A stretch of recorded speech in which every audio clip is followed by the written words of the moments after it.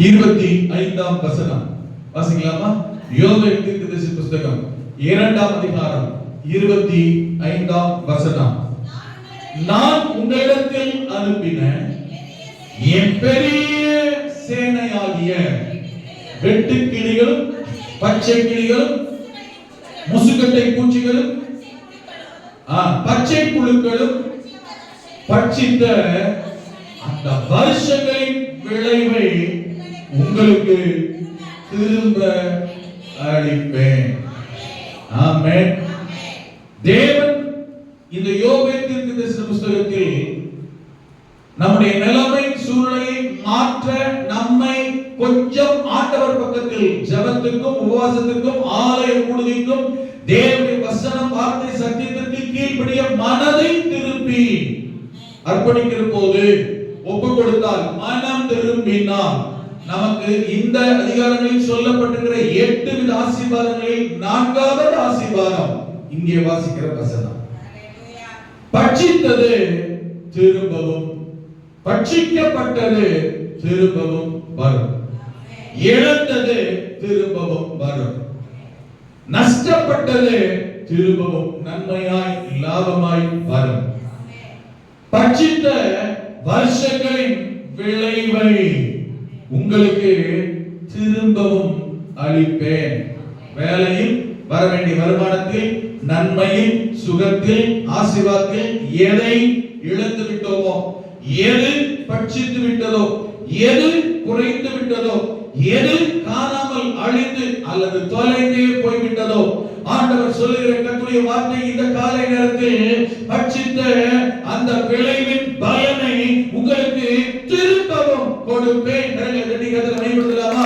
பட்சிக்கப்பட்டதோ, மறைந்து போனதோ, வர வேண்டியதோ, தாமதத்திற்கிறதோ, தடைப்பட்டிருக்கிறதோ, ஆமென், நஷ்டப்பட்டதோ கர்த்தர் திரும்பவும் வந்து ஆசீர்வதிக்க தேவன் வல்லவர். நான் சொல்லுகிற சத்தம் கடைசி வரை கேட்கிறதா? ஏன் தெரியுமா? கையெழுத்துங்க சில சட்டங்களை பின்னாடி என்ன வார்த்தை பலிபீடத்தில் வருதோ அந்த வார்த்தையை யார் அங்கே கேட்கப்படி. இதுல படிப்பு, அந்தஸ்து, வயசெல்லாம் வித்தியாசம் கிடையாது. ஆமென் சொல்லுங்க பார்க்கலாம். என்னங்க சொல்றாமோ அந்த வார்த்தையை விசுவாசிக்கிறேன், அர்ப்பணிக்கிறேன், ஏற்றுக்கொள்கிறேன், எனக்கு நடக்கும் என்கிற அடையாளத்துக்கு நம்மை பலிபீடத்தில் வர வார்த்தைக்கு கீழ்ப்படியும் ஒப்பு கொடுக்கணும். கையெழுத்துனா நடக்கணும். கையா அது எங்க இருக்குன்னு எனக்கு தெரியல. உட்காந்து அர்த்தம். ஆமென். இப்ப ஆமென் சொன்னேன் அப்படின்னு உட்கார்ந்து இருக்கிறது இல்ல. நீங்க என்னோட ஒத்துக்கிறீங்க, ஒரு மனதோட ஒத்துக்கிறீங்க, ஸ்பிரிட் ஒத்துக்கோது, இங்கதான் இருக்கீங்கன்னா இங்க என்ன வார்த்தை வருதோ அதுக்கெல்லாம் உங்ககிட்ட ஆன்சர் வந்துகிட்டே இருக்கும். இல்லன்னு வச்சுக்கோங்களேன், உருவங்க இருக்கு. ஆமென். உள்ள எங்கேயோ ஊர் சுத்திக்கிட்டு இருக்குன்னு அர்த்தம். அதனால ஒரு பிரயோஜனம் இல்லை. எவ்வளவு நேரம் உட்காந்துனா சரி. ஆமென். போர் அடிக்கிறதா மிச்சம். யாருக்கு போர் அடிக்க தெரியுமா? சத்தியத்தோட, சத்தத்தோட, வசனத்தோட ஒன்றிட்டோம்னு வச்சுக்கோங்க, நேரம் போறது தெரியாது. இன்னைக்கு நேரம் போறது தெரியாது. பாருங்க, என்ன 5 நிமிஷம் புரியும். யார் பாஸ்டர்? நீங்களா? ஆமென். நீங்க எல்லாம் சிரிக்கிறது பார்த்தா உங்களுக்கு கொஞ்சம் நேரம் எடுத்து பிரசன்ட் பண்றது என்ன செய்யல.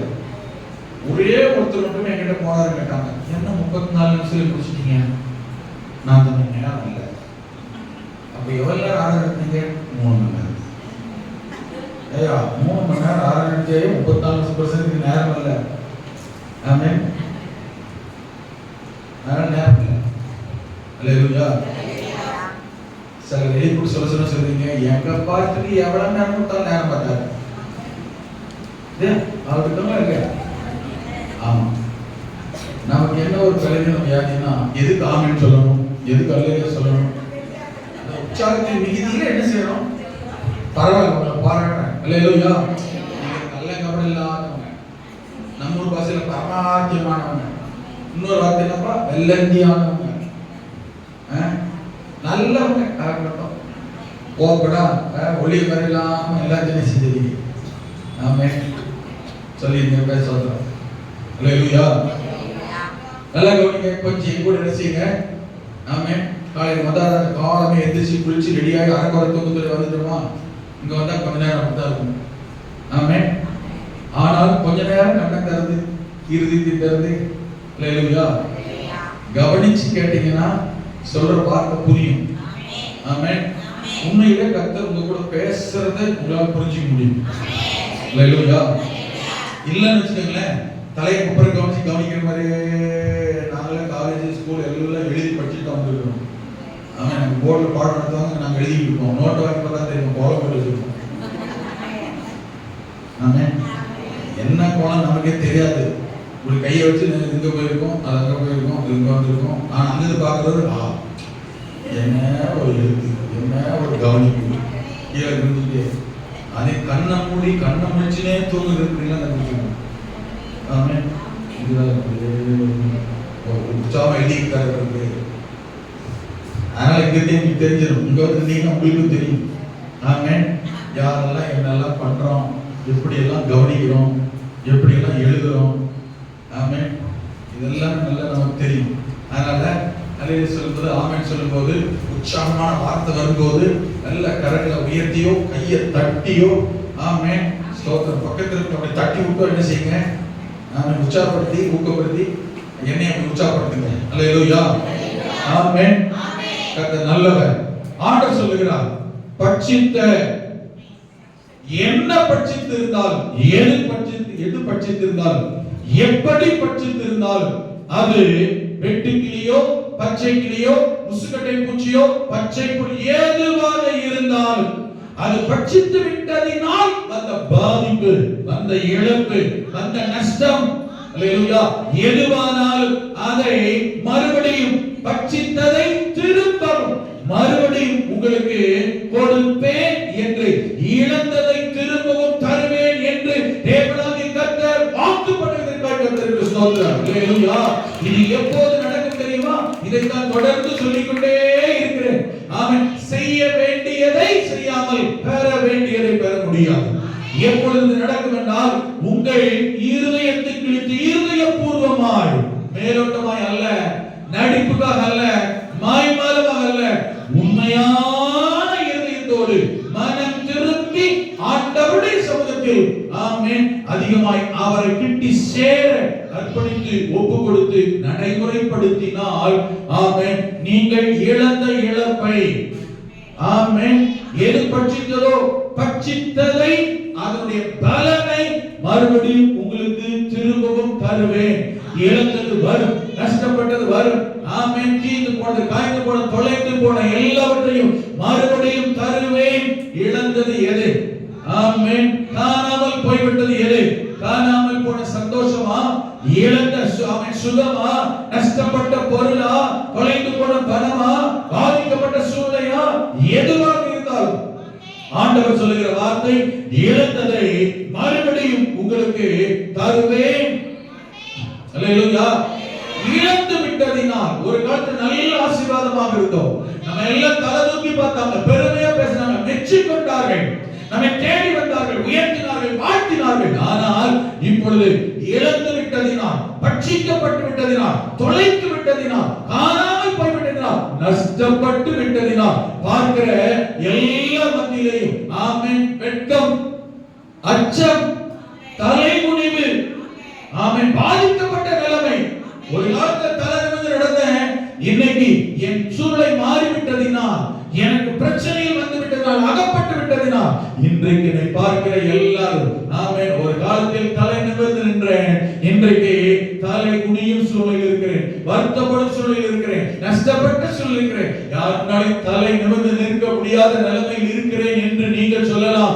உங்களுக்கு கர்த்தர் சொல்லுகிற ஆண்டுடைய வார்த்தை, ஆமென், நீங்கள் இழந்ததை மறுபடியும் தருவேன். உங்கள் நிலைமை எப்படி மாறும் என்றால், ஏசாயா தீர்க்கதரிசி புத்தகம் 61ஆம் அதிகாரம் 7ஆம் வசனத்தில் கர்த்தர் சொல்லுகிற வார்த்தை, ஏசாயா 61:7, உங்கள் வெட்கத்துக்கு பதிலாக இரட்டத்தனையான பலன் வரும், இலட்சிக்கு பதிலாக தங்கள் காலத்தில் சந்தோஷப்படுவார்கள், அது நிமித்தம் தங்கள் தேசத்தில் இரட்டிப்பான சுதந்திரம் அடைவார்கள், நித்திய மகிழ்ச்சி அவர்களுக்கு உண்டாகும் என்று கர்த்தர் சொல்லுகிறார். ஆண்டவர் சொல்லுகிற வார்த்தை, இழந்ததினால், பட்சிக்கப்பட்டதினால், நஷ்டப்பட்டு விட்டதினால், ஆமென், காலை குனிவாக இருக்கலாம், காலை நிமிர்ந்து நிற்க முடியாத சூழ்நிலை இருக்கலாம். இந்த காலை நேரத்தில் கர்த்தர் சொல்லுகிறார், உங்க வெட்கத்துக்கு பதிலாய், ஆமென், இரட்டத்தனையாய்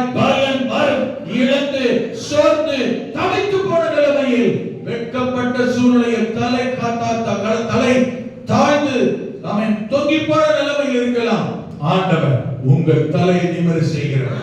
அவர் சொல்லுகிற வார்த்தை பாருங்கள், உங்கள் இலச்சைக்கு பதிலாக, வெட்கத்துக்கு பதிலாக உங்கள் பாகம் எதுவோ, உங்களுக்கு வர வேண்டிய நன்மை எதுவோ, வர வேண்டிய ஆசீர்வாதம் எதுவோ, நீங்கள் இழந்து போனது எதுவோ, அதிலே நீங்கள் மறுபடியும் சந்தோஷப்படும்படியான காரியத்தை கர்த்தர் செய்யத்தான் போகிறார்.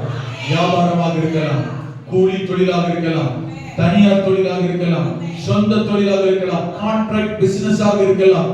எதிலே இழந்து நஷ்டப்பட்டு சோர்ந்து போன நிலைமையில் இருக்கிறீர்களோ, உங்கள் இலச்சையை கர்த்தர் மாற்ற வல்லவர், உங்கள் வெட்கத்தை மாற்ற கர்த்தர் வல்லவர். ஆமென். உங்களுடைய வேதனைகளை மறந்து மாற்றி உங்களுக்கு சந்தோஷத்தை திரும்பவும் தர கர்த்தர் வல்லவர். ஹalleluya. ஆமென். நிதானமாய் கவனியுங்கள். யோபுடைய வாழ்க்கையை நினைத்து பார்ப்பீர்களானால், மிகப்பெரிய செல்வந்தன கிழக்கத்திய புத்திரரிலேயே யோபுவை போல ஐஸ்வர்யவான் இல்லை, அவன் பிள்ளைகளைப் போல சௌந்தரியம் உள்ளவர் ஒருவரும் இல்லை. ஆமென். ஆனால் கர்த்தர் அனுமதித்தது நிமித்தம், நான் வாசித்த அந்த யோபு 2:25 கூட, என்னுடைய பெரிய சேனையாகிய நான் அனுப்பின சேனை. யோபுடைய வாழ்க்கையிலுமே கர்த்தர் அனுமதித்ததினால், நல்லா இருக்கிற வாழ்க்கை கெட்டு போக கர்த்தர் அனுமதிக்கல, நஷ்டப்பட்டு போக வேண்டும் என்பதற்கு அனுமதிக்கல. மிகப்பெரிய நன்மை ரகசியம் இருக்கிறது. இரட்டிப்பான நன்மையை தருவதற்காக கர்த்தர் இந்த நிலைமை, இந்த சூழ்நிலையை, இந்த இழப்பை, இப்படி ஒரு நஷ்டத்தை அனுமதித்தார். ஆமென். ஒருவேளை இந்த காலை நேரத்தில் இருந்ததை விட்டுவிட்டு, இழந்துவிட்டு, குறைந்து போனதால் நஷ்டப்பட்டதை போல நீங்கள் காணலாம், உணரலாம். ஒருவேளை கர்த்தரே அதை அனுமதித்திருப்பாரேயானால், தீமைக்கு அல்ல, தீமையை நன்மையாய் மாற்றுகிற தேவன். ஆமென். இழப்பை நன்மையாய் மாற்றுகிறவர், நஷ்டத்தை நன்மையாய் மாற்றுகிறவர், கஷ்டத்தை நன்மையாய் மாற்ற வல்லமையுள்ள தேவன் அதை உங்களுக்கு அனுமதித்திருப்பாரேயானால், உங்கள் நஷ்டம் லாபமாய் மாறும், உங்கள் இழப்பு நன்மையாய் மாறும், உங்கள் தாழ்ச்சி உயர்வாய் மாறும். மாறுவது சாதாரணமாய் மாறாது. அவர் பணிகிற வாக்கு இரட்டத்தனையா, இரட்டிப்பாய், 2 மடங்கு மறுபடியும் தந்து நடத்த கர்த்தர் வல்லவர். ஹalleluya. இந்த யோபுடைய வாழ்க்கையிலே எல்லாவற்றிலும் ஆசீர்வாதமாய் இருந்தவர். இவன் என் மகன் தான், என்னை விசுவாசிக்கிறவன் தான். ஆமென். கவனிங்க, எந்த நெருக்கம், எந்த பிரச்சனை, எந்த போராட்டம், எந்த சோதனை வந்தாலும் இந்த குடும்பம், இந்த விசுவாசி, என் மகன், என் மகள், இந்த ஊழியக்காரன், இந்த சபை என்னை விட்டு பின்வாங்காது. எந்த நிலைமையிலையும் என்னையே உறுதியாய் பிடித்திருப்பார்கள் என்கிறதை நிரூபிக்கும்படி ஆண்டவர் சில சோதனை பிரச்சனைகளை கர்த்தர் அனுமதிப்பார். இஸ்ரவேல் ஜனங்களுக்கு ஆசீர்வாதத்தை தந்து சோதித்தார். ஆமென்.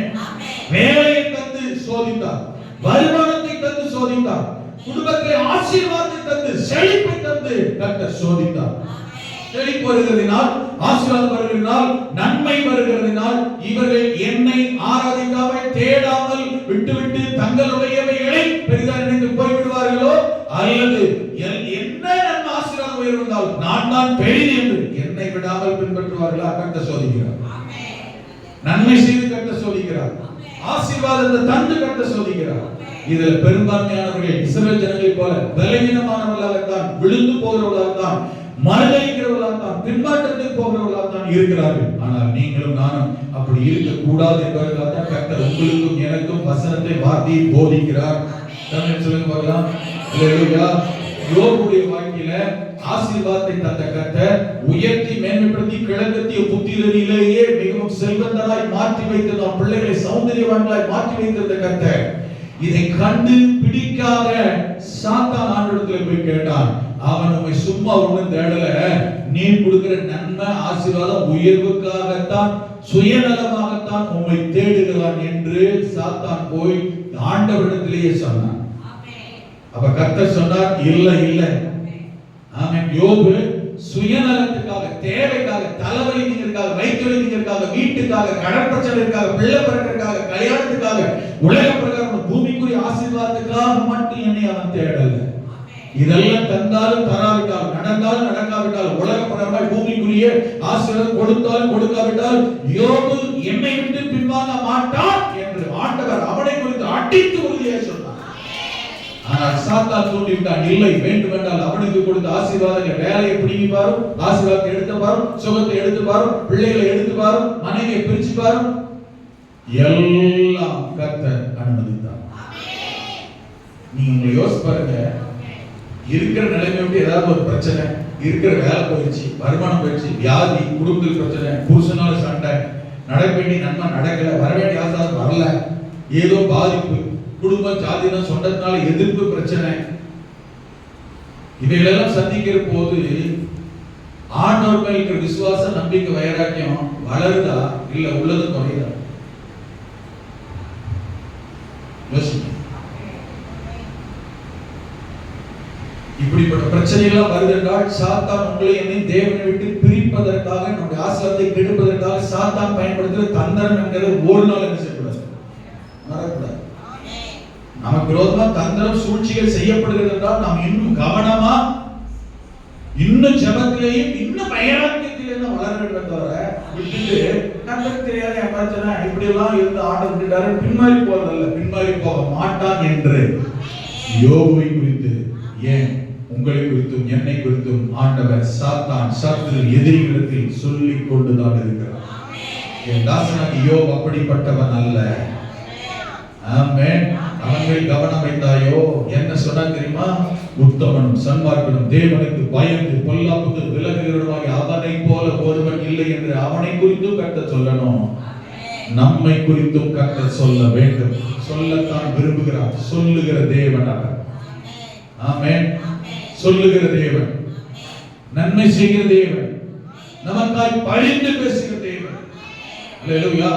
ஆனால் நாம் தான் அதை புரிந்து கொள்ளாமல் நமக்காய் பரிந்து பேசுகிற, நம்மை கரிசனை உள்ள, நமக்காய் அக்கறையோடு இருக்கிற, சாத்தானுக்கு எதிர்த்து நிற்கிற, ஆமென் ஆமென், அந்த தேவனையே குறை சொல்லுகிறவர்களாகவும், அவரை விட்டு விலகுகிறவர்களாகவும், அவரை விட்டு தூர போகிறவர்களாகவும் இருக்கிறோம். ஆமென். உனக்கு தெரியுமா, நமக்கு ஒரு கஷ்டம், பிரச்சனை, போராட்டம், பாதிப்பு என்று வந்துவிட்டால் அதிலிருந்து நம்மை விடுவிக்கவும், உயர்த்தவும், பாதுகாக்கவும், ஆசீர்வதிக்கவும் தான் கர்த்தர் கண்ணும் கருத்து கவனமாக இருக்கிறார். ஆனால் நாம் என்ன நினைக்கிறோம்? நம்ம கண்ணும் கருத்து கவனமாய் அக்கறை இருக்கிற தேவனையே புரிந்து கொள்ளாமல் குறை சொல்லி விடுகிறோம். ஆனால் யோபு நன்றாய் புரிந்து வைத்திருந்தால், இந்த யோபு தன் இருதயத்திலும் கர்த்தருக்கு விரோதமாக தீங்கு நினைக்கல. தன் முதற்தளவாலும் எந்த நிலைமைக்கு போயும் ஆண்டவர் இப்படி பண்ணிட்டாரு, கர்த்தர் கை விட்டுட்டாரு, கர்த்தர் பார்க்கலையே, ஆண்டவர் இப்படி அனுமதிச்சாரு, என்ன ஆண்டவர் நாம ஜெபம் பண்ணதானே செய்யறோம். கவனிங்க, இந்த வார்த்தையில நம்ம வாழ்க்கையில வந்துச்சுன்னா கர்த்தரை மறுதலிக்கிற ஒரு துக்கப்படுத்துறோம்னு அர்த்தம். நான் சொல்றது உங்களுக்கு புரியுதா இல்லையா? ஆண்டவர் ஏன் தான் எங்களை இப்படி பண்றாரு? கர்த்தர் பண்ண மாட்டார். பண்றதுக்கான வச்சிருக்காரு இல்ல. உங்களுக்காக எனக்காக பரிந்து பேசிக் கொண்டிருக்கிற உங்களை என்னை வாழ வைக்க துடித்துக் கொண்டிருக்கிற தேவன். ஒரு நாள் உங்களை என்னை கர்த்தர் கைவிடவே மாட்டார். இவன் நல்ல நிலைமையில யோபு ஆசீர்வாதமா இருந்தான். இன்றைக்கோ எல்லாம் இழந்து போய்விட்டான். இழப்பு, நஷ்டம், பாடு, உபத்திரம், சரீரத்திலே வேதனை, இப்படிப்பட்ட நிலைமையில் வந்து விட்டான். ஆனால் கர்த்தரோ யோபுவுக்காக சாத்தானிடத்திலே எதிர்த்து நின்றார். அவனுக்காய் பரிந்து பேசினார். அவனை கர்த்தர் உயர்த்த நினைத்தார். 42ஆம் அதிகாரம் யோபு புத்தகம் 10ஆம் வசனத்தில் சொல்லப்பட்டிருக்கிறது. 9 மாத காலகட்டம் யோபுவுடைய வாழ்க்கையில் இந்த பிரச்சனை, போராட்டம், அவன் சோதனை காலம் யோபுவுக்கு ஜஸ்ட் 9 மாதமே. ரொம்ப உற்சாகமா சிரிச்சிட்டீங்க. ஆமென். 9 மாத காலமே. 9 மாத காலத்தின் முடிவில் 42:10 சொல்லப்பட்டிருக்கிறது. யோபு தன் சிநேகிதனுக்காய் வேண்டுதல் செய்த போது கர்த்தர் அவன் சிறையிருப்பை மாற்றினார். யோபுக்கு முன்னிருந்த எல்லாவற்றையும் பார்க்கிறோம். இரண்டத்தனையால் கர்த்தர் அவனுக்கு தந்தரினார். கரங்களை தட்டி யோபுடைய நிலைமை மாறினது, வறுமை மாறினது, கடிதம் மாறினது, இழந்தது வந்தது, கட்சித்தது வந்தது, சுகம் வந்தது, வேலை வந்தது, ஆரோக்கியம் வந்தது, ஆயுஷ்காலம் வந்தது. ஆமென். இழந்த எல்லாம் இரண்டத்தனையால் இழந்த இழப்புக்கு பட்சித்த விளைவின் பலனை கர்த்தர் இரண்டத்தனையால் அவருக்கு தேவன் தந்தார். ஹலோ தேவ ஜனமே, ஒரு காரியத்தை ஆமென் வேத வசனத்தின்படி ஒரு சத்தியத்தை மிக ஆழமாய் புரிந்து கொள்ள வேண்டும். நஷ்டம், பிரச்சனை, வேதனை, குடும்பத்திலே பிரச்சனை தலைவிரித்து தாண்டவம் ஆடலாம். நாம செய்ய வேண்டியது தெரியுமா? குடும்பம் சேர்ந்து உட்கார்ந்து கண்ணீர் விடுவது அல்ல, குடும்பம் சேர்ந்து அழுவது அல்ல. ஆமென். நாம் செய்ய வேண்டிய ஒன்று, தேவ சமூகத்தை குடும்பமா கர்த்தருடைய சமூகத்துக்கு வரணும். வீட்டுல உட்கார்ந்து என்ன செய்யறது இல்ல, புலம்பிக்கிட்டு இருப்பது அல்ல. குடும்பத்தில் பிரச்சனையா, குடும்பமாய் சேர்ந்து உபவாசம் போட வேண்டும். அவனுக்கு தான் பிரச்சனை, அவன் பார்த்துக்கிறான், நீ எதுக்கு இருக்க? ஆமென். குடும்பத்துல குடும்ப தலைவனுக்கு வியாபாரத்துல நஷ்டம், தொழில நஷ்டம், கஷ்டம், பிரச்சனை, பாடு சொல்லிட்டு கதை சொல்வதற்கு அல்ல, விசாரித்து கதை சொல்ல, ஆலோசனை சொல்ல, வெட்டி கதை பேசுவதற்கு அல்ல. குடும்பமா சேர்ந்து உட்கார வேண்டும். எல்லாரும் ரட்சிக்கப்பட்டாங்க. உன் பிரச்சனை நீ பார்த்துக்கோ. அவளுக்கு ஒரு பிரச்சனையா, அவ பிரச்சனை அவ பார்த்துக்கிறா, நீ எதுக்கு இருக்க? நான் சொல்றது புரியுது? ஜெபம் பண்ணுகிறவர்கள் என்றால், ரட்சிக்கப்படுகிறவர்கள் என்றால் முதல்ல யாரோ ஒருத்தருடைய ஜெபத்தை சார்ந்து இருக்கிற முதல்ல அர்த்தம். சொல்றது புரியுது? ஆமென்.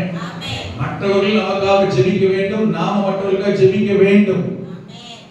ஒரு விஷயத்தை தெரிய புரிஞ்சுக்கங்க, மற்றவர்களுக்காக நாம ஜெபிக்கணும், நமக்காக மற்றவர்கள் ஜெபிக்கணும். பரிந்து பேச ஜெபம் அவசியம். இப்ப பாப்போம் அது எவ்வளவு முக்கியம்னு. ஆனா அதே சமயத்துல எனக்கு ஒரு பிரச்சனை, எனக்கு ஒரு போராட்டம், நான் பாஸ்டர் ஜெபம் பண்ணிக்குவேன், பாஸ்டர்மா ஜெபம் பண்ணிக்குவாங்க, எங்க அம்மா ஜெபம் பண்ணிக்குவாங்க, எங்க அப்பா ஜெபம் பண்ணிக்குவாரு. நீ என்ன பண்ற?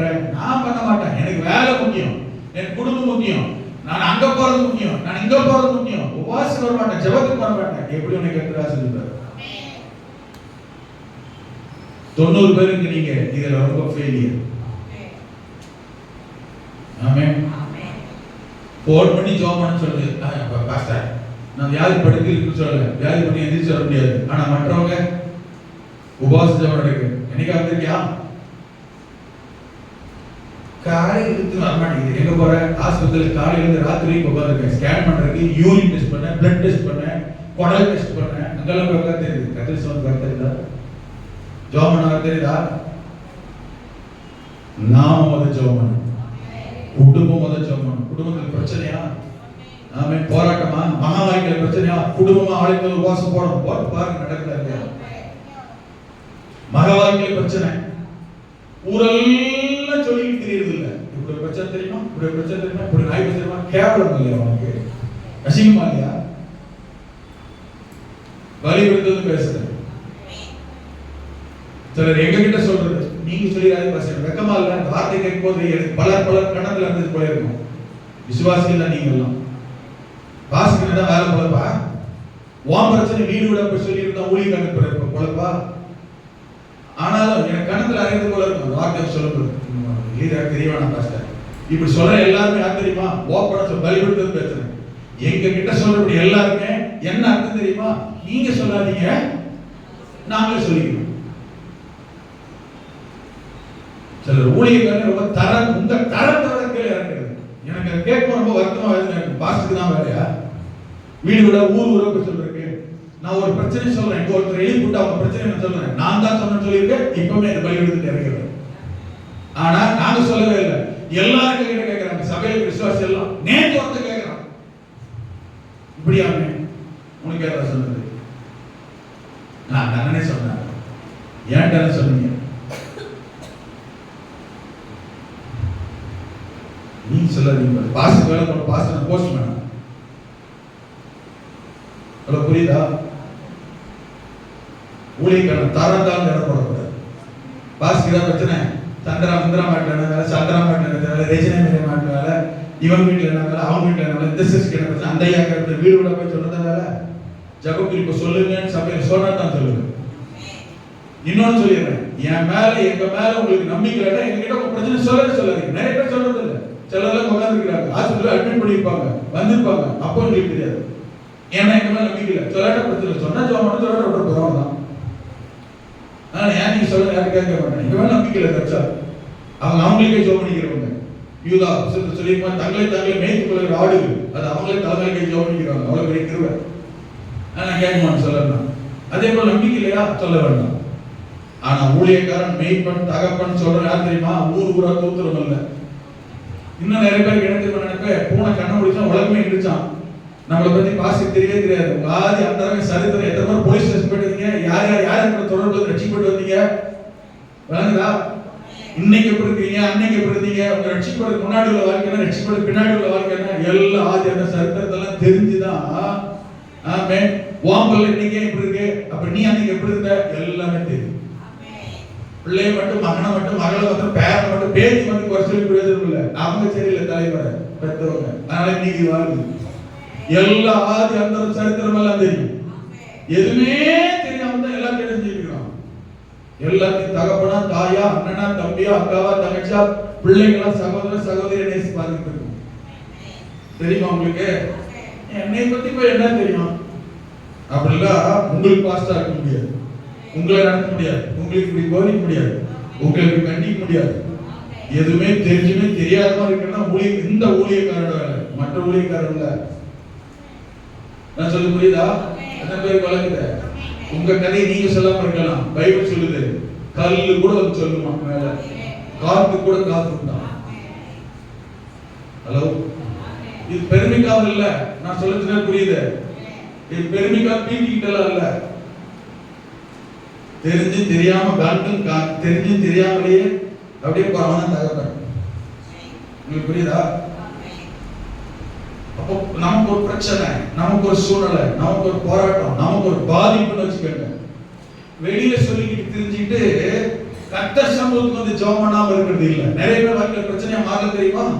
நிறைய பேருக்கு இப்படி என்ன இருக்கு, நமக்காக அவங்க ஜெபம் பண்றாங்க, நமக்காக இவங்க ஜெபம் பண்றாங்க, நமக்காக பாஸ்டர் ஜெபம் பண்றாங்க, நமக்காக பாஸ்டர் மாஸ்டர் சொல்லிட்டு வந்தாங்க. ஆனா நாம சிலருக்கு ஆப்போசிட்டான நம்பிக்கை இருக்கு.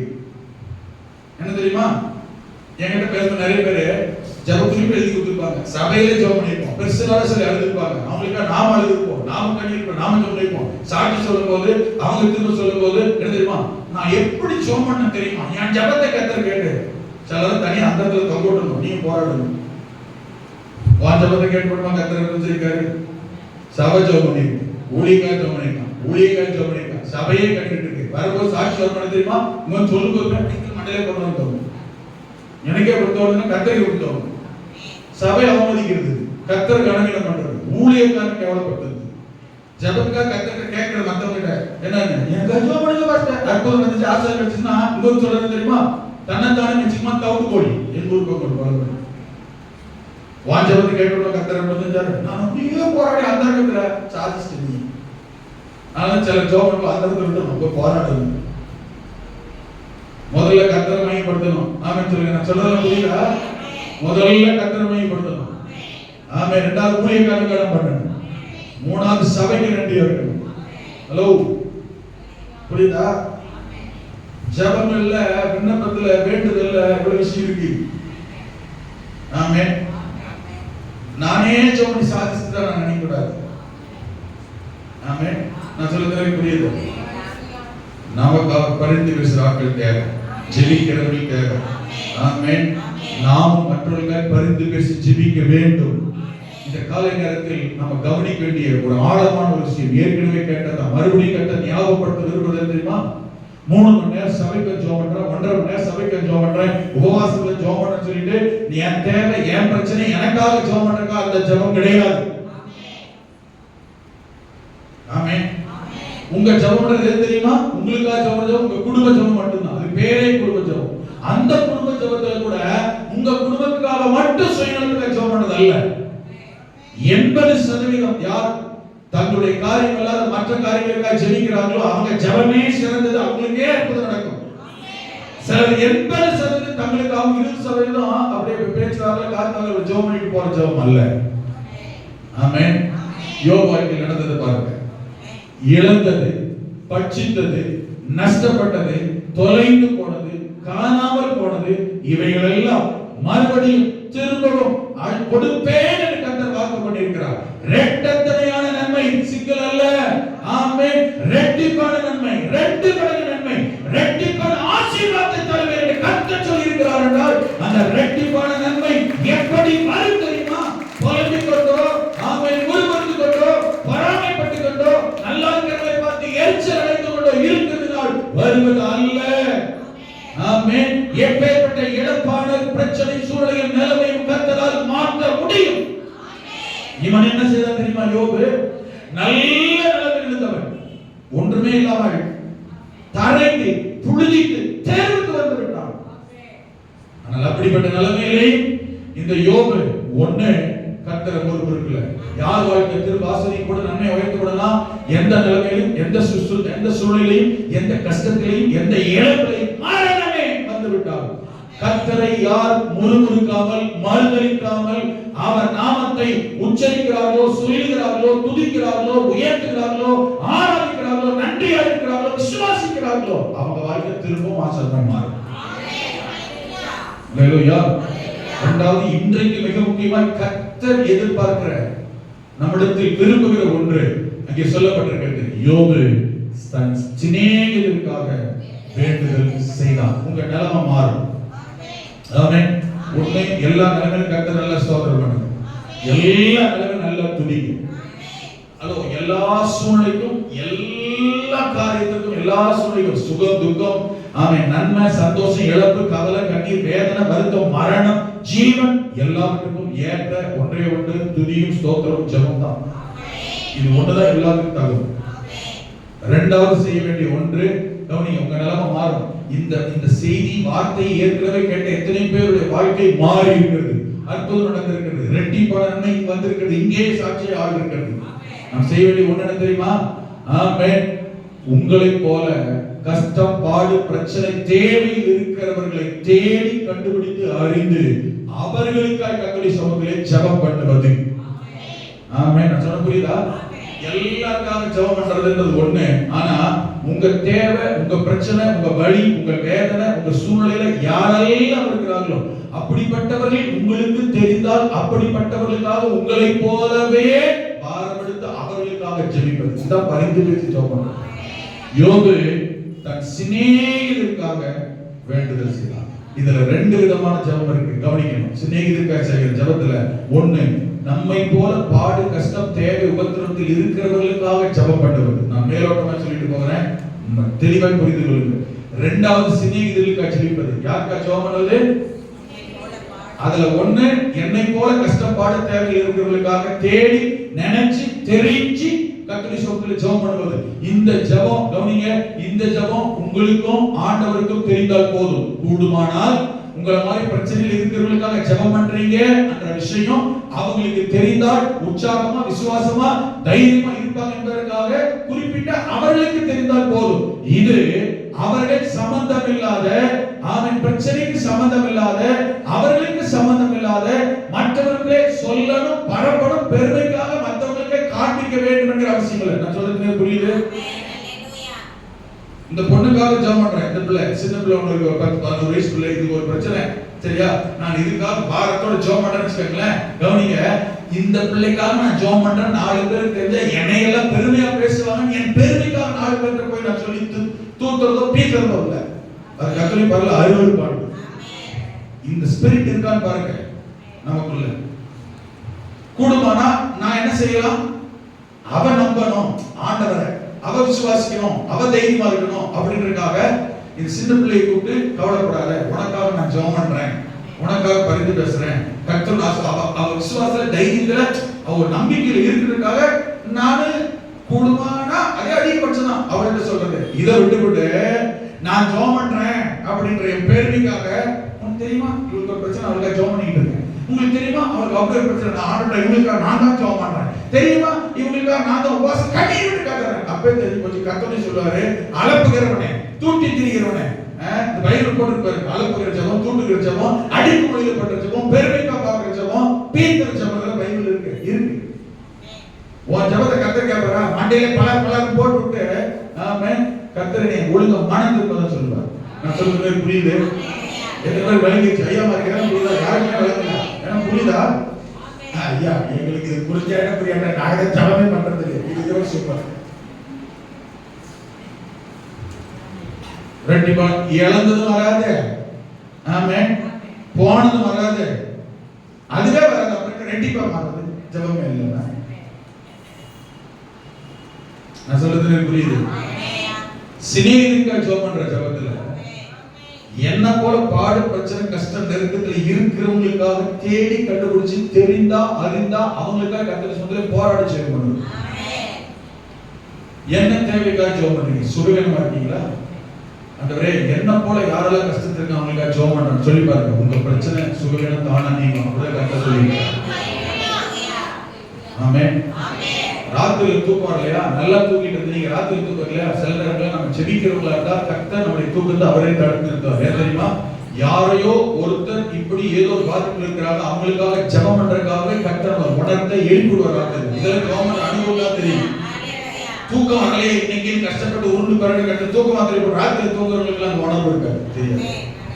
நான் எல்லாரையும் சொல்லல, வழக்கமா தூங்குறோம், இன்னைக்கு தூக்கம் வரல, எழுப்பிட்டு ஏறி உட்காந்து உலாவிட்டு இருந்தாங்க, உட்காந்து முழங்கால் போட்டு ஸ்தோத்திரமா பண்ணணும். ஜோமன் ஆரம்பிச்சாலும் கர்த்தர் வெளிப்படுத்துவார். உங்களுக்கு போராட்டத்தில் இருக்காங்க, ஜோமனுக்கு கர்த்தர் சொல்ல, ஜோமன் முடிச்சுட்டு அவங்களுக்கு போன் பண்ணி கேட்டு பாருங்க, நேற்று என்ன பிரச்சனைன்ட்டு.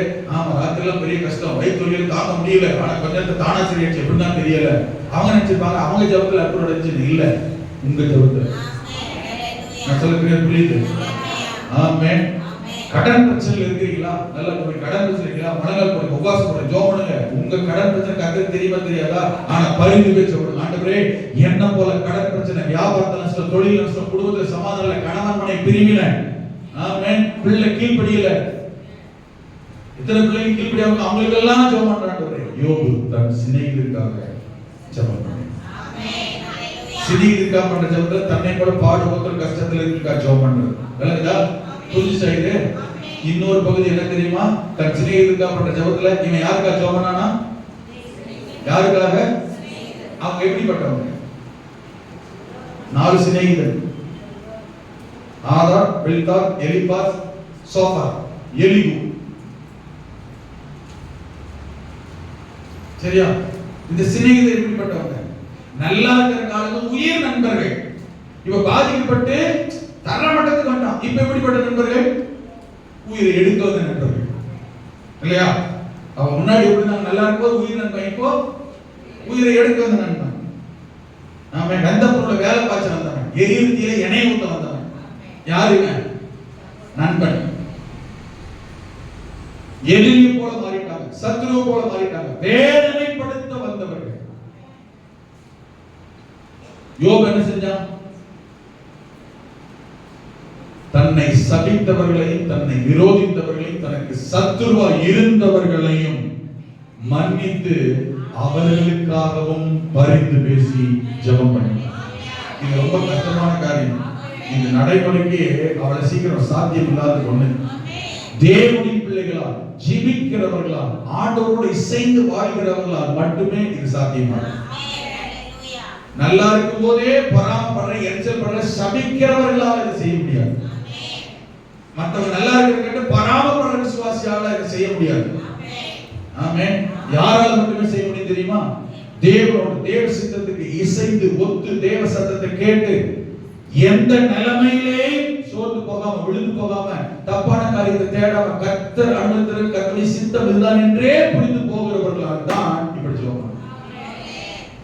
அதனால ஆண்டவர் சத்துருக்களை சிநேகியுங்கள், சத்துருக்களுக்காக உங்களை துன்பப்படுத்தல, சபிக்கிறவர்கள் ஆசீர்வதிங்க, துன்பப்படுத்தல ஜெபம் பண்ணுங்க. வருதா? வருதா? கொஞ்சம் கவனிங்க. என்ன தலைப்பு பார்த்துட்டு இருக்கோம்?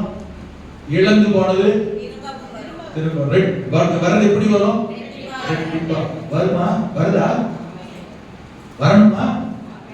ஜெபம் இப்படி மாற வேண்டும். கட்டாயம் நடக்கும், கட்டாயம் நடக்கும். அல்லேலூயா, ஆமென். உங்களை சபிக்கிறவங்க ஆசீர்வதிச்சு பாருங்க எப்படி இருக்கு.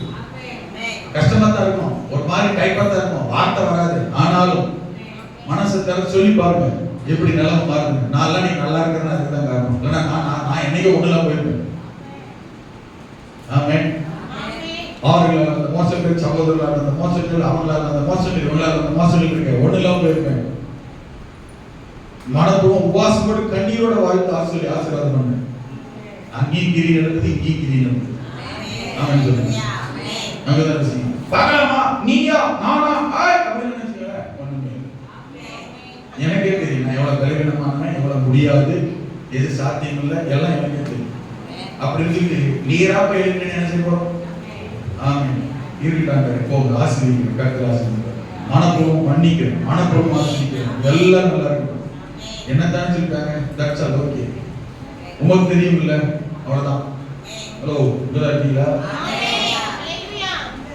இன்னொன்னு தெரியுமா? என்னைக்கு நம்முடைய பிரச்சனை, நம்முடைய காரியத்தை, நம்முடைய போராட்டத்தை நம்ம கையில் எடுக்காம கர்த்தருடைய கையில ஒப்பு கொடுக்குறீங்களோ அப்பதான் உங்களுக்கு சமாதான சந்தோஷம் வரும். இன்னொரு ரகசியம் சொல்லி தர கேளுங்க. ஆமென். நம்ம பிரச்சனையை நம்ம கையில நாம நின்று போராட்டினா பிரச்சனையும் போராட்டம் அதிகரிக்க தான் செய்யும், பார்க்க அதிகமா தான் செய்யும். கத்திரிக்கையில் ஒப்புடுத்தீங்கன்னா என்ன நடந்தாலும் நீங்க காரணமா இருக்க மாட்டீங்க. இவர் தான் அப்படி பண்ணிட்டாரு, இவன் தான் அப்படி பண்ணிட்டான், அவ தான் காரணம், நான் தான் அன்னைக்கு சொன்ன மத்தியில் இப்படி பண்ணுவாங்கன்னு அந்த மாதிரி பேரெல்லாம் வராது. ஹலோ, உங்க பேரு என்ன செய்யாது? ஆமென். ஜஸ்ட் நம்ம போய் கேட்கலாம்னு போனீங்களேன், 2 பேருக்கும் கேஸ் ஆயிடும். இப்ப கேஸ் போனா ஆர்டர் பேர்ல தான் போடணும். புடிச்சவங்க உட்கார வைக்கணும், அவர் முடிஞ்சா. நான் சொல்றேன் புரியுது? ஆமென். இது கர்த்தர் செய்த கிரியை. மனப்பூர்வம் மன்னிச்சு ஜெபம் பண்ண ஆரம்பிங்க. எனக்கு யாருடைய வருத்தம் கோபம் இருக்குன்னு வச்சுக்கோங்களேன், அப்ப கஷ்டமா தான் இருக்கும். நான் ஜெபம் போய் சொல்லிடுவேன், ஆண்டவரே நான் உங்களை மன்னிக்கிறேன், ஆமென், நீங்களும் மன்னிங்க. எனக்கு நான் இனிமே அவங்களை பார்க்க எப்படி பார்க்க கூடாது, கசப்பா அந்த உணர்வோட எண்ணத்தோட. அன்னைக்கு இதை சொல்லும் போது வருத்தமும் கோபம் எரிச்சலா இருக்கும். இன்னைக்கு அதே காரியத்தை சொன்னாலும் வருத்தம் கோபத்தோட தான் சொல்லல, வெறும் வார்த்தையில தான் சொல்லுங்க. நான் சொல்ல புரியுதுங்களா? ஒண்ணு தெரிஞ்சுக்கங்க, யோபு எப்படிப்பட்டவன்னு நண்பர்கள், இப்படிப்பட்ட ஆட்கள், நண்பர்கள், உறவினர்கள் மத்தியில காமிச்சிட்டு தான் யோபை எடுப்பாரு. அவனையும் சாகடிக்க மாட்டார், என்னையும் சாகடிக்க மாட்டார். ஹலோ, என்னை உயிரோட வைக்கிறது காரணம் இருக்கு, அவனே உயிரோட வைக்கிறார் தெரியுமா? நான் எப்படி காட்டுக்காக இருந்து போடான்றார். ஹலோ, அதை மட்டும் தெரிஞ்சுக்கங்க. யோபுமே அவ்வளவு வியாதி வருத்தத்துல போய் சாகடிக்கல. சரி, யோபு என் நண்பன், என் மகன், என் பிள்ளை, அவனையே பேசி அவனை என்ன பண்ணுவார்? போட்டுறான். அவனையும் போட்டல, அவனை வாழ வைக்கிறது தெரியுமா? இவனை எப்படி ஆசிரியர்கள் பாடுறா? ஹலோ, இருக்கீங்களா? இந்த நம்மை சபிக்கிறவர்கள், ஏளனப்படுகிறவர்கள், உதாசீனப்படுத்துகிறவர்கள், அவமதிக்கிறவர்கள், நம்மை தள்ளுகிறவர்கள், நமக்கு விரோதமாக எழுப்பின யாரா இருந்தாலும் சரி, ஆமென், ஜெபம் பண்ணுங்க. வேற வசனத்தின்படி ஆண்டவருக்கு ஒப்புக்கொடுத்து ஜெபம் பண்ணுங்க, ஆசீர்வதிச்சு ஜெபம் பண்ணுங்க, மன்னிச்சு ஜெபம் பண்ணுங்க. அப்ப கர்த்தர் உங்களுக்காக செய்யற கிரியை பாருங்க. ஹalleluya. சாதாரண நிலைமையில் ஆசீர்வாதம் வராது, சாதாரண நிலைமையில் ஆசீர்வாதம் வராது. ஹalleluya. ரெட்டிப்பான ரெண்டத்தனையா கரங்களை தட்டி கர்த்தர் பண்ணிட்டு ரெண்டத்தனையா. ஹalleluya. ஆமென். ரெண்டத்தனையா.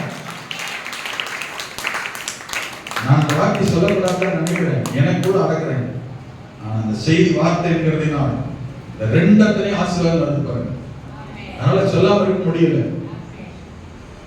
ஆமென். என்ன சொன்னாங்க?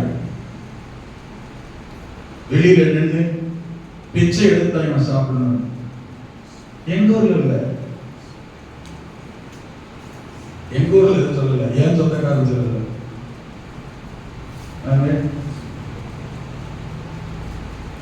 வெளியில நின்று என்ன செய்யணும்? இவன் கையேந்தி பிச்சை எடுத்தான் திரும்பணும். இதே சர்ச்சு வாசல் என்ன சொல்லி போனாங்க. நான் ஆண்டோட சொன்னேன், உங்களுக்கு சேர்ந்தான் இவங்க போடுவாங்க சாப்பிடணும்னு நான் வரல. எங்க ஊர்ல தெருவில் இருந்து சோத்துக்குள்ள சாப்பாட்டுக்குள்ள பிச்சை எடுத்து இந்த ஊர் பிச்சை எடுக்க வரல. சபையில ஜனங்க எம்எல்ஏ இறக்கப்பட்டு பரிதாபப்பட்டு ஐயோ நாமளும் போடாட்டா இவர் என்ன ஆயிடுவாரு,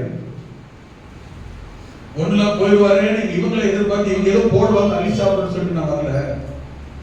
அப்படி இருக்கும்போது என்னை இங்க கொண்டு வந்து நினைச்சிருக்கீங்க, இப்படிப்பட்ட நிலைமை வச்சிருக்கீங்க. இன்னொன்னு வார்த்தை ஆண்டோட்ட கேட்டேன், ஒழுங்கா இன்னைக்கு ஜெபம் பண்ற வார்த்தை சொல்லி. நானா வந்தேன், நானா கேட்டேன், நானா போறேன். ஒழுங்கு மனிதர் நல்ல நிம்மதி சமாதானம் ஊழி செஞ்சுட்டு இருந்தேன். இங்கே கொண்டு வந்து இந்த வார்த்தையை கேட்கவா? அப்ப எனக்கு பிச்சருக்கு தான் கொண்டு வந்திருக்கீங்களா? நான் ஆண்டோட கேட்டேன், இதே வழிபடுத்தான். ஆனா நானா மன்னிச்சு ஆண்டோட ஜெபம் பண்ணேன். தெரியாம சொல்லிட்டாங்க. ஏன் தெரியுமா? நான் தான் ஞானஸ்நானம் ரட்சிப்புனா என்னன்னு தெரியாத ஒரு ஞானஸ்நானம், அபிஷேகம்னா என்னன்னு தெரியாதவங்களுக்கு அபிஷேகம் நடத்தணும். என் கையால் திருவிழந்து கொடுத்துருக்கேன், வாழ வச்சிருக்கேன். சாவுக்கு ஏதோ போனவங்கள, பிசாசுபடி இருந்தவங்கள, மரண கட்டிருந்தவங்கள, வியாதியில் இருந்தவங்கள, போராட்டத்தை விடுவிச்சு வாழ வச்சிருக்கேன். ஆமென். வாழ சொன்னேன். இதை கேட்கவா என்னை கொண்டு வந்து என்று சொல்லி ஆர்டர் மாத்தினார். ஆனா அன்னைக்கு அந்த வார்த்தை சொல்லும் போது நான் அப்படி ஆயிரம்லாம் எனக்கு நான் நினைக்கல, அப்படிலாம் ஆக முடியாது. நான் ஒரு ஊழியக்காரன். ஆமென். யோபு தன் சிநேகிதருக்காய் தன்னை சபித்தவர்களையும் வேதனைப்படுத்தவர்களுக்காக ஜெபம் பண்ணினான். நான் பிரசன்ட் பண்றேன், வசனம் என்கிட்ட பேசாதா, என்னை உணர்த்தாதா? நான் இப்படி இல்லாவிட்டால் வசனத்தை பலிபீடத்துல ஆணித்தரமா பேச முடியாது. ஜெபம் பண்ணேன், மன்னித்தேன். நடந்தது என்ன தெரியுமா? இந்த ரெட்டிப்பான நன்மை சொன்னார் பாத்தீங்களா, அன்னைக்கு வச்சது கூட தகர டப்பா மாதிரி ஒரு வண்டி தான். அதுக்காக 3வது வண்டியை மாத்திட்டேன். அதுக்கு அடுத்து அடுத்து அடுத்து அடுத்து கர்த்தர் ஒவ்வொரு கட்டமா மாற்ற ஆரம்பித்தார், உயர்த்த ஆரம்பித்தார், ஆசீர்வதிக்க ஆரம்பித்தார். சர்ச்சை 3 லட்சம் ரூபாய் பிளான் பண்ணோம், 6 லட்சம் ரூபாய்க்கு மாற்றணும். நாம வீட்டு வேலையை மாற்றினேன், கர்த்தர் வண்டி வாகனங்களை மாற்றினான். நாம செகண்ட் குடும்பத்தை கர்த்தர் மாற்றினான். குடும்ப சூழலை, வீட்டு சூழலை, பிள்ளைகள் சூழலை எல்லாத்தையும் மாற்றினான். சொல்லி கூட பொருளாதாரத்துல இரட்டிப்பான நன்மை. சில மாதங்கள் எங்க அவங்க சொன்ன வார்த்தை நடந்துருமோன்னு நம்ம நினைக்கிற மாதிரிலாம் இருக்கும். அப்படியே கீழே வந்தது பொருளாதார நிலைமை. யார்ட்டையும் சொல்லல, கையெழுத்து அதுக்காக பட்டினியெல்லாம் இல்ல, கர்த்தர் சொன்னேன். நான் மனப்பூர்வமா சொல்றேன், கர்த்தருக்கு சொல்றேன், மனப்பூர்வமா ஆசீர்வதித்தேன். ஜெபம் பண்ணுங்க. ஆமென். பொருளாதாரத்தை இரட்டிப்பாய் மாத்தினார். அது கேட்டவங்களே குடும்பங்கள் சிலர்லாம் ப்ரமோஷன் வந்தது, உயர்வு வந்தது, இன்கிரிமெண்ட் வந்தது. இல்லையா? டபுள் இன்கிரிமெண்ட் வந்தது. ஆயிரக்கணக்கில் சம்பளம், லட்சக்கணக்காக சிலருக்கு மாறியது. இல்லாதவங்களுக்கு வேலை வர ஆரம்பித்தது, பிள்ளைகள் எல்லாம் வேலைக்கு போக ஆரம்பித்தார்கள். ஆமென். இந்த பொருளாதார நிலைமை கர்த்தர் 2 மடங்கு கர்த்தர் அப்படியே உயர்த்தினார். இல்லையா? அன்னைக்கு யாரும் கையாளது. ஆமென். எல்லா நிலைமை வெளிப்படையாக மாறினது. ஆனா நான் ஆசீர்வதித்துக் கொண்டே தான் இன்றைக்கும் ஆசீர்வதிக்கிறேன். உண்மையை சொல்றேன், கர்த்தர் பலிபீடத்தில் எனக்கு யாரெல்லாம் சில நேரம் ஜெபம் மனசுல வரும், கண்ணீரோட இருப்பேன். அப்ப அவங்க எல்லாம் மனசார சொல்லி என்ன செய்ய இன்னைக்கும் ஆசீர்வதிக்கிறேன். ஆமென். இன்னொரு பக்கம் என் மகன், என் மகள், என் சபை, என் தகப்பன், என் தாய், என்னை விசுவாசிக்கிற இந்த ஊழியக்காரர், இந்த யோபு, ஆமென், நான் நீங்க இப்படி இருக்காங்க ஆசீர்வதிக்கிறேன் கர்த்தர் அவங்க கிட்ட காட்ட ஆரம்பிக்கிறார். பாத்தீங்களா? அந்த நிலைமையும் கர்த்தர் மாற்றத்தான் செய்கிறார். சாதாரணமாக கர்த்தர் விட மாட்டார். ரெண்டு அத்தனையாய் பாருங்க. என்ன நடக்கு தெரியுமா? 2 காரியத்தை நம்ம வாழ்நாள் செய்யக்கூடாது. என் வாழ்நாள்ல எனக்கு தெரிஞ்சு இன்ன வரைக்கும், எனக்கு தெரிஞ்சு என் சுய நினைவுல, என் சுயத்துல எனக்கு ஞாபகம் இருக்கிறவரையும், எனக்கு தெரிஞ்சு ஒரு நாள் என்னுடைய வாழ்நாள்ல கர்த்தரை எதிலும் முறுமுறுக்காதபடிக்கு, எதிலும் அவிசுவாசமாக அறிக்கை செய்யாதபடி இந்த 39 வருஷ காலத்துல கர்த்தர் இதுவரை கிருபையை காப்பாற்றுறார், இன்னமும் காப்பாற்றுறார். அதே போல எல்லாருக்காச்சும் சிந்திக்கிறேன், உங்கள் எல்லாருக்காச்சும் சிந்திக்கிறேன், நீங்கள் எல்லாம் என் குடும்பம். அல்லேலூயா. சாமுவேல் சொல்ல தெரியுமா? இஸ்ரவேல் ஜனங்களுக்கு, நானும் உங்களுக்காக விண்ணப்பம் செய்யாதிருப்பேன், ஆனால் பாவம் செய்கிறவனாயிருப்பேன். ஆனால் உங்களுக்காக நான் என்ன செய்ய தெரியுமா? ஊழியக்காரனா எல்லாருக்காகவும் பரிந்து பேசுகிறேன், எல்லாருக்காக ஜெபம் பண்றேன்.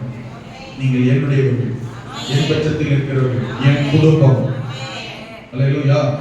இங்க இருக்கிற என்னுடைய பிரச்சனை, என்னுடைய நெருக்கத்தில் நான் இருக்க முடியாது என்கிற நிலைமையில் என்னோடு கூட இருக்கிற தகப்பனார், தாய்மார்கள் இருக்கு. அவங்களெல்லாம் நான் சில நேரத்தில் ஆலயத்துல நினைக்கும் போது என் கண்ணீர் வரும். என்னை பெற்ற தகப்பனும் தாயும் அந்த சூழ்நிலை என்னோடு இல்லை, அவர்களை காட்டிலும் மேலானவர்களாய் என்னோட கூட இருந்து இன்று வரைக்கும் ஆறுதலாய் ஆதரவாக இருக்கிறார்கள். அவங்க நல்லா இருக்கணும், அவங்க ஆசிரியக்கணும். குடும்ப தலைமுறையா ஊழியக்காரர்கள் என்றார்களே, ஆசிரியக்கணும். இன்னைக்கும் ஜெபம் பண்றேன், கர்த்தர் அப்படியே நடத்துவார். அல்லேலூயா. அதையும் தாண்டி இந்த யோபு தன் சிநேகிதர்கள் எப்படிப்பட்டவர்கள் என்று தெரிந்தும் அவர்களுக்காக ஆமென் வேண்டுதல் செய்தான் பாருங்க. இதுதான் கர்த்தர் ஹைலைட்டா கர்த்தர் பார்க்கிறார். அல்லேலூயா. இந்த இடத்துக்கு நீங்களும் நான் இன்னும் முன்னேற கர்த்தர் கிருபை செய்வாராக. நம்மை போல பாடல் உபத்திரங்கள் பிரச்சனை இருக்கிறவர்களுக்காக ஜெபிப்பது ஆமென் ஈஸி.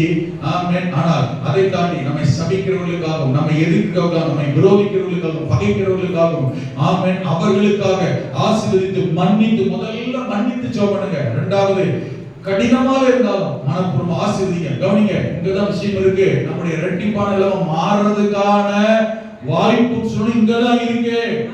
சொல்லுங்க. ஆமென். நம்ம இழந்த இழப்பு, பாதிப்பட பாதிப்பு இரட்டிப்பான நன்மையாய் ஆசீர்வாதம் திரும்ப வர வேண்டும் என்றால் ஆமென் இந்த யோபுவை சபித்த, நிந்தித்த, அவமானப்படுத்தினவர்களுக்காகவும் அவர்களை ஆசீர்வதித்து பலி செலுத்தினான் என்று சொல்லப்பட்டிருப்பாங்க. 7 காளைகளை இடத்தில் கொண்டு வாருங்கள் என்று அவர்களுக்காக தேவனிடத்திலே பலி செலுத்தி விண்ணப்பம் செய்தான், வேண்டுதல் செய்தான். அல்லேலூயா. ஜெபியுங்கள், ஜெபியுங்கள். உங்களுக்கு வேலை இடத்துல யார் விரோதமா இருக்கிறார்கள், நீங்கள் இருக்கிற இடத்துல யார் உங்களை பகைக்கிறார்கள், நீங்கள் இருக்கிற இடத்துல யார் உங்களை வெறுக்கிறார்கள், நீங்கள் இருக்கிற இடத்துல யார் உங்களுக்கு விரோதமாக இருக்கிறார்கள். ஒன்றும் செய்யாதீங்க.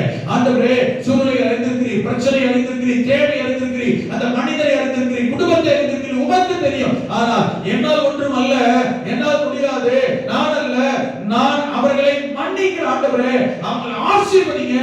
ஆமென். அவங்க செய்த தவறு தான் உணர்ந்து கொள்ளும்படியா, ஆமென், தாங்கள் செய்தது தவறு என்று புரிந்து கொள்ளும்படியா அவர்கள் உணர்வடையத்தக்கதாக மாற்றும். ஆனால் அவர்களை நான் மன்னிக்கிறேன், அவர்களை ஆசீர்வதியும் சொல்லுங்கள். நீங்கள் எவ்வளவாய் ஆசீர்வதிக்கிறீர்களோ அந்த அளவுக்கு கிரியை நடக்கும். அங்கேயும் நடக்கும். உங்க வாழ்க்கையிலே மாற்றம் வரும், முன்னேற்றம் வரும். ஆச்சரியப்படும்படியான காரியங்களை கர்த்தர் செய்வார். ஹல்லேலூயா. நன்மையான காரியங்களை கர்த்தர் செய்வார். ஆமென். சத்துருக்களை கண்டு அஞ்சும்படியான காரியத்தை கர்த்தர் செய்வார். சகரியா 9 ஆமென் 12 சொல்லப்படுகிற வார்த்தை, சகரியா 9:12 சொல்லப்படுது. ஆண்டவர் சொல்கிறார், உங்கள் நிந்தையை கர்த்தர் மாற்ற வல்லவர். ஹல்லேலூயா. ஆமென். சகரியா 9:12. Praise the lord. ஹல்லேலூயா. நம்பிக்கை உடைய சிறைகளே. இப்ப நீங்க எப்படி இருக்கலாம்? ஒரு சிறையான, கட்டுப்பாட்டான, ஒரு கட்டுக்குள்ள இறுக்கி வைக்கப்பட்ட, ஒரு மாற்றம் இல்லாத ஒரு சூழல் இருக்கலாம். சிறைப்பட்டு போன அந்த சிக்கலான இடத்தில் இருக்கலாம். கர்த்தர் சொல்கிறார், அப்படிப்பட்ட நிலைமையில் இருந்தாலும் ஆமென், அந்த நிலைமையில் இருக்கிறவர்களே கர்த்தர் பக்கத்தில் ஜெபத்தில் தேவ சமூகத்திற்கு திரும்புங்கள். ஆமென். ஆண்டவர் சொல்கிறார், இரட்டிப்பான நன்மையை தருவேன்.